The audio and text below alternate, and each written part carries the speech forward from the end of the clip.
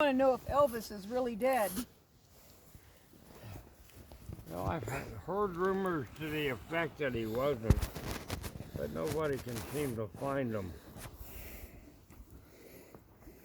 The way old John Dillinger used to identify himself on his bank robberies is he'd walk into the bank and shoot somebody. Just bang.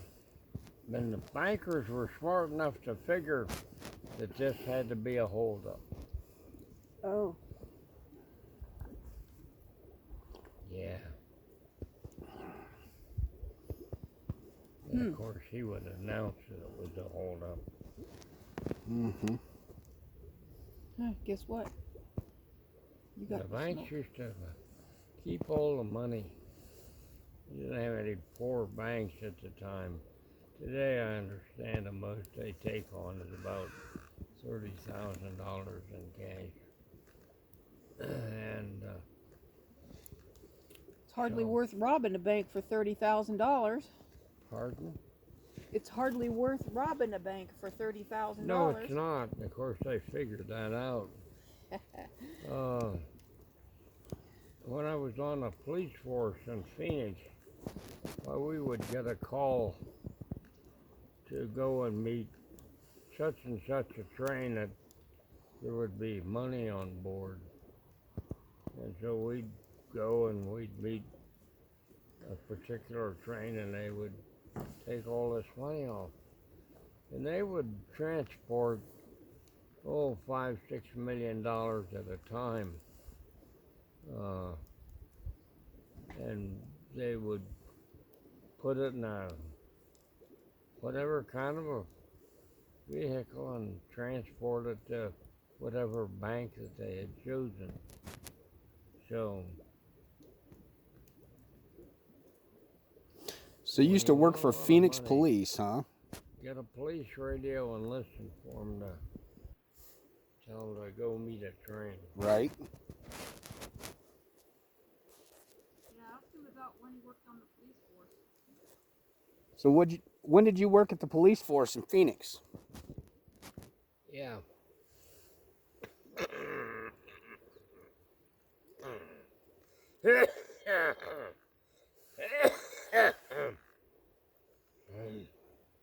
When was that? What was 1959? 1959. 59.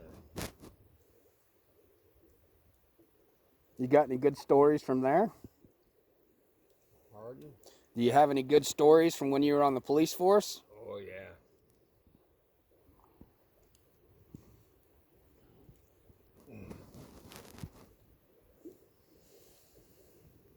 I went on with another recruit, Bill, and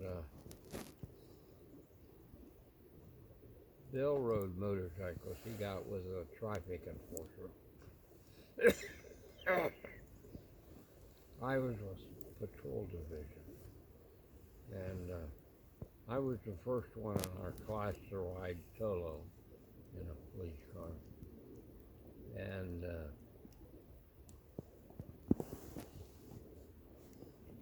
anyhow, we had another guy that was in our class, and he was from Alabama or Arkansas, or one of the southern states. Had a distinctive southern drawl. And he was riding downtown with another police officer, regular, and they were trying to pull a guy over for some minor traffic violation. And it was summertime. Anyhow, he had his window rolled down, and they couldn't get this guy to pull over. Of course, in those days, we didn't use sirens. We just used red lights. And they had their red lights on. The guy wasn't pulling over. He obviously was not looking in the rearview mirror. So anyhow, the cop pulled out and pulled around beside him.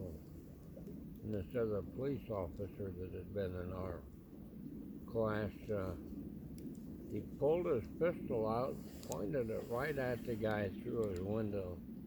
He said, "Pull over, you son of a bitch, or I'll shoot you." Well, that afternoon he wasn't on the police force anymore. That's a little excessive for a traffic stop. Yeah. So and of course then the division, why they taught us that the things always bothered me is these guys that have these new car agencies and they have dealer's plates on them. They use the dealer's plates just like anything else. They're not supposed to, and the law tells them that they're not supposed to. So I had studied this and I had asked some questions of the sergeant that was giving this class. He said, if you find a guy driving a dealer's license, you just pull them over, take their license plates, and turn them in. So I did. And the guy was a Ford dealer there in Phoenix. Big time guy. And he had another couple in the back seat and they were all in their suits and all dressed up. And so the next morning he was in the chief of police office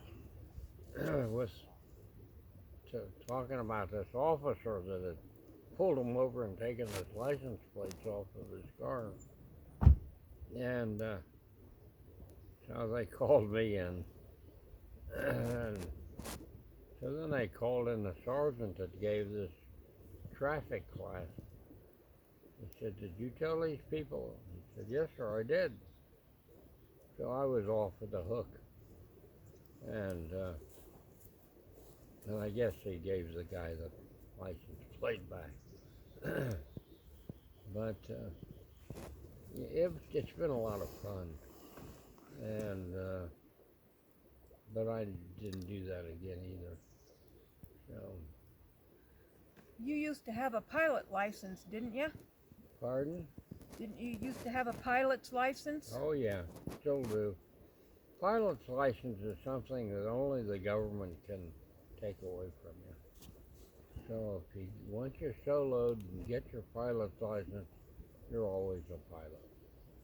And of course, when we went out to Aguila there, where we bought that Navion, and that was quite a nice airplane. So, well, you guys saw it, didn't you? Yeah, I remember seeing it. So, anyhow, I had bought it in conjunction with Marianne. And while I was gone for a couple of months up here, while you were building the bunkhouse, we were building the bunkhouse. Mark got a lot of credit for things that he doesn't deserve credit for. Anyhow,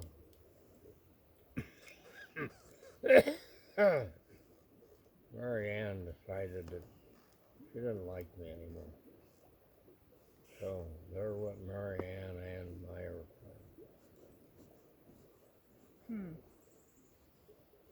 Well, where was the little fly under the bridge incident?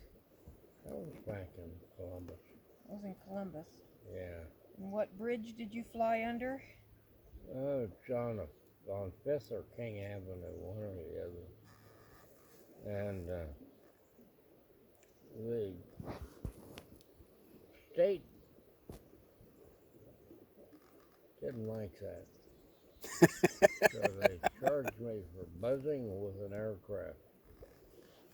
So Judge Clark presided, and of course I was married to a judge's daughter, and I never mentioned that to anybody. And I went to court, and after the judge sentenced me, and then he says, however, he says, I will suspend the sentence providing you do not fly in the state of Ohio for 2 years. And that was okay with me. So then he called me up to the bench. He said, Warwick, he said, I knew your father. And Oh, I thanked him and I left. wow. So my dad was a well-known attorney. He could read, write, and speak 7 foreign languages. Wow. So he was pretty smart. Everybody knew that. So he had an attorney that he was in practice with, a guy by the name of Carlton Dargis. Carlton became the most influential and rich attorney in Columbus. What was his last name? Dargis. Dargis. Dargusch. Oh, USCH. Okay. Dargouche. And, of course, whenever I got in trouble, I'd run to Carlton. And Carlton drove a new Cadillac, license plate CSD. Paul Scott drove a red Ferrari that he bought up in Canada. His license plate was PS. So I take it you used to get into trouble a lot when you were a kid. Well, not really. Wasn't a whole lot of trouble to get into.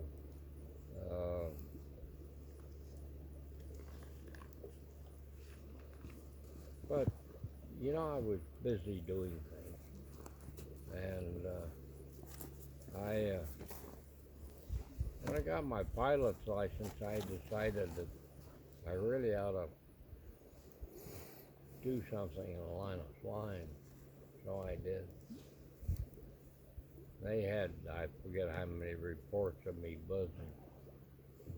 So when I went to court, I just pleaded guilty. And not knowing that the judge was one of my dad's good friends, Carlton had arranged that. So I knew a lot of people. Well, I knew all of the important people in Columbus. And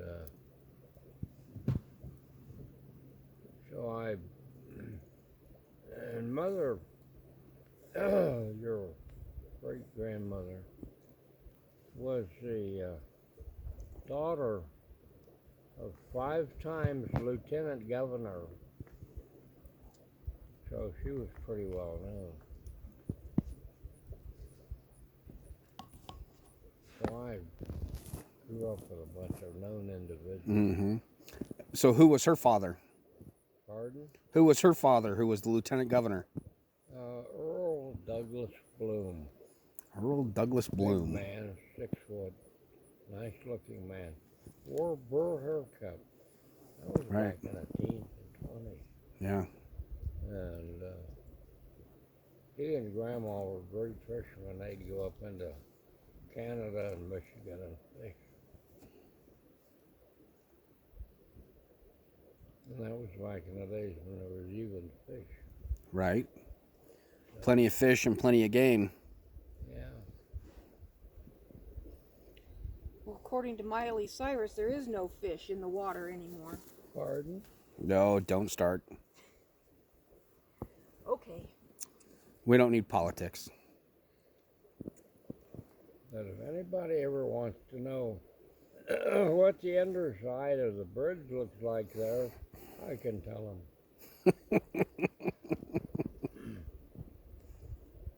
So what were you flying when you buzzed underneath the bridge? That was a J3 Piper Cub. Yeah. And it just seemed like a good idea at the time? Well, I didn't have anything else to do. Pretty lonesome up there, you know.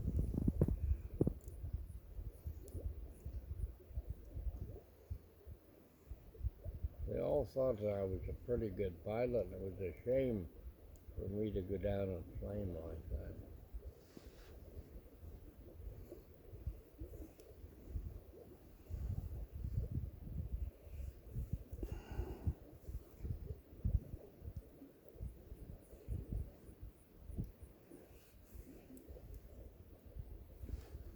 You know, and it's not like you don't know any better.